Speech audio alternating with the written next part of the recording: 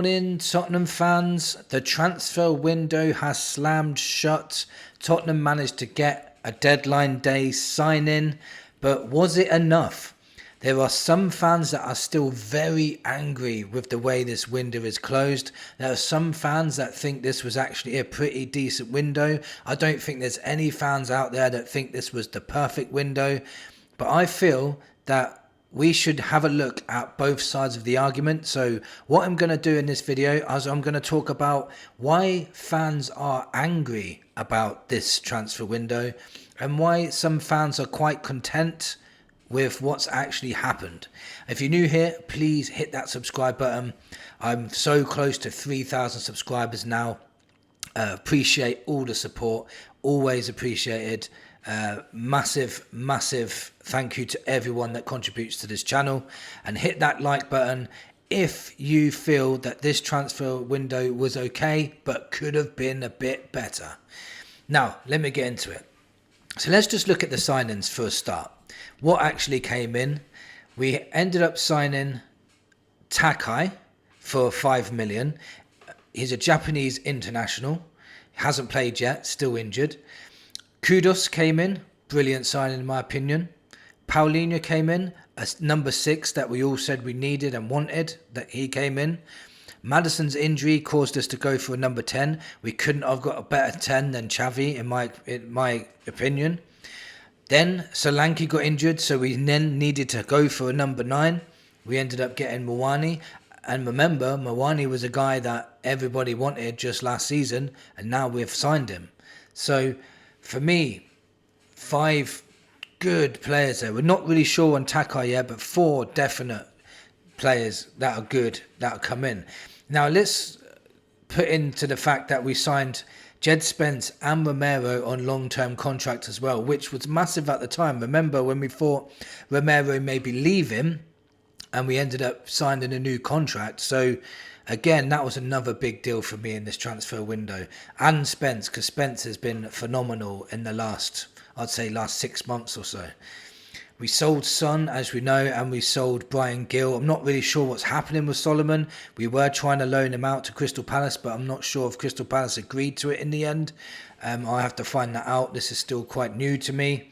So let's talk about why, after signing all those players, why are Spurs fans still angry? Okay, so let's look into that. Son was not replaced is one of the things I heard a lot on Twitter, and again, that's valid. We knew Sonny was leaving a long time ago, and then he did leave about 2 months ago, was it now? And he's not had a replacement in. We were chasing Savinho for about 5 weeks, and he was never for sale unless we put up big money, which we never did. So that was a waste of time, and I think that angered the fans a lot more because we was wasting time chasing players we were never going to get. We also started looking at Lookman from Atalanta, who again I thought would be a really good signing for Spurs myself. But I think if you give the board and Langer and Levy a little bit of leeway here, because Solanke's injury ended up being long term, they had to quickly flip and say, you know what, we need a striker more than anything, because we have got Tell and Odegaard that can play on the wing, and Johnson, but we've got no one if Solanke's injured other than Richarlison, who is also injury prone. So maybe a number 9 became more of a priority. And then bringing in a Mawani is a very good signing. And people will find out how good he is once he starts playing, trust me. But that's why they were angry, because Sonny wasn't replaced. But I think you have to give a little bit of leeway into that. Also, there's gaps in the squad still that people are angry about, because obviously we haven't got a left-sided centre-back or cover for left-back, because Spence obviously is covering both full-backs at the moment. But again, to that, I think people are forgetting about Kota Takai again. Nobody knows how good this guy is because he's not played any games for us yet. But he is a Japanese international. He's 6'4". He's a front foot, hard tackling defender. He's good in the air. He could end up being a good signing for us. We just haven't seen him yet, which is why people are probably getting frustrated. I think he'd be fit in the next few weeks. I hope anyway. And If he isn't, then yeah, that's a big blow, and that's probably why people are getting angry. But if he does come back, he's also said he's comfortable playing at the left-sided centre back, and he can play left back. So hopefully that will solve itself, and it will solve its own problem if Takai comes in and hits the ground running. Another thing that might make people more angry is watching other clubs spending a lot of money. Now, Arsenal spent over 240 million and plugged all the gaps that they needed to plug. Liverpool spent over 400 million after winning the league, which has really frustrated a lot of teams, not just Spurs. City have spent over 200 million, and God knows how much Chelsea have spent, but they must be over 200 as well.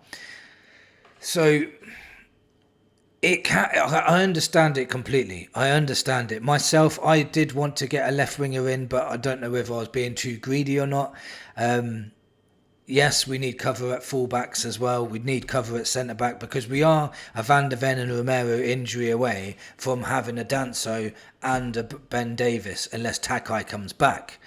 And they would have to play twice per week. So we have left ourselves short, and that Vuskovic loan deal now out seems even more bizarre now, and I think that's another reason why fans are annoyed, because why didn't we just keep him as cover? It would have made a lot more sense.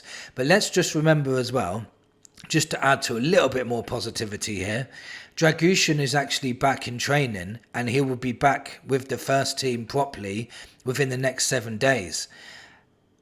Frank said he'll be back properly within a month or so, because he needs like a mini pre-season, so he'll need like a month to get match fit and that. But Dragushin will be back within the next month, so that's another defender that we will have there. So Dragushin and Takai can come in as well. And don't forget that Archie Gray has played centre back and played a few good games there as well.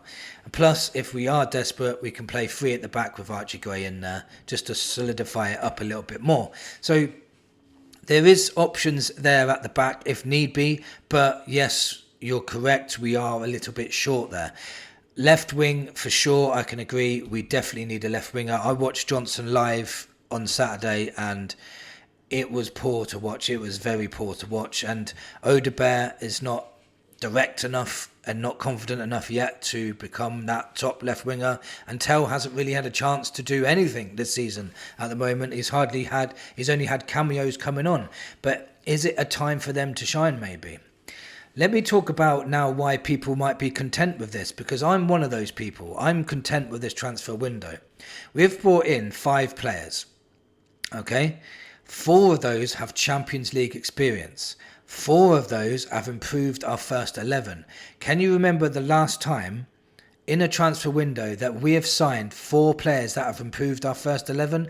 I don't think we've done that in the last 20 years. I just can't remember a time when we've actually done that. I can't remember a time. Let me know in the comments if you remember a better summer transfer window than improving your 11 by 4 Champions League proven players. All 4 are quality players as well. All 4 are good players. Honestly, they are. Mawani is a strong, tall, powerful, fast, skillful player that's going to be playing in our number 9 role. Kudos, we know what he can do because we've seen him for the last few weeks now. Brilliant player. Xavi, we haven't seen him play yet, but he's going to be in that number 10 role, and he is a top class player. He's the signing of the summer for me. Then you've got Paulinho. We needed a strong DM that can hold in front of the back 4, and he does that job superbly. And we've also got Kota Takai, Japanese international. So the signings are not bad. I think what people are annoyed with is it's not everything.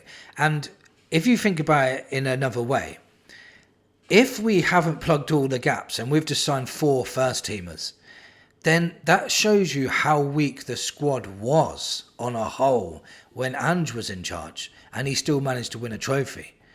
This is what I'm saying. So if you're complaining about the squad now, imagine what the squad was like last season.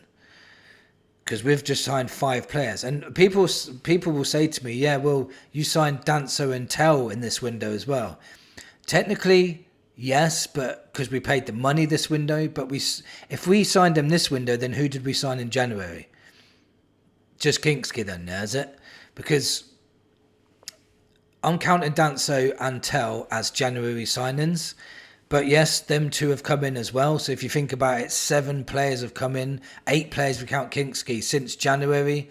And so the squad as a whole should be stronger now. I feel like it's stronger. But again, maybe it's still not strong enough for Champions League football. We're just going to have to wait and see.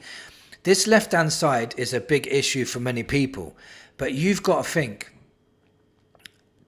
Frank really improves forward players. He's done it. He's got a list of a year's lists of people he's improved over the years at Brentford. At Brentford for the last 4 years, he's done it with Yvonne Toney. He's done it with Bremo, Sade, Watkins. The list goes on, and they all ended up being high goal scorers in the Premier League, and all ended up being sold for 40 million, 50 million, 60 million. You know.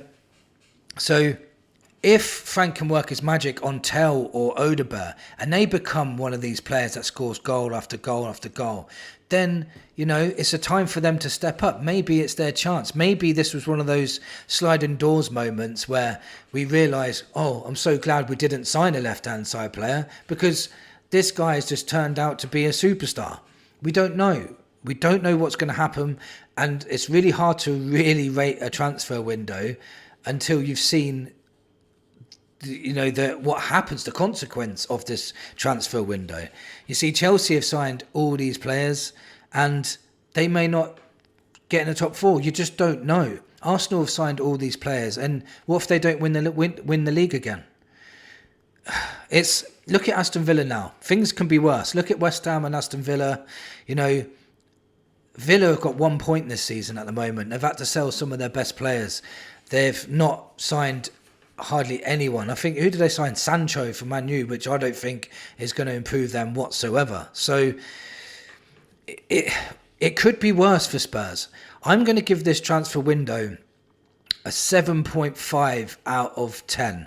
And because every signing we've made, other than Takai, because I've not seen him yet, are top quality signings. You have to give that. You have to give the board credit for that. You have to give them credit for that. Also, I'm not giving it a 10 because how long we took doing things. I don't think the planning was great.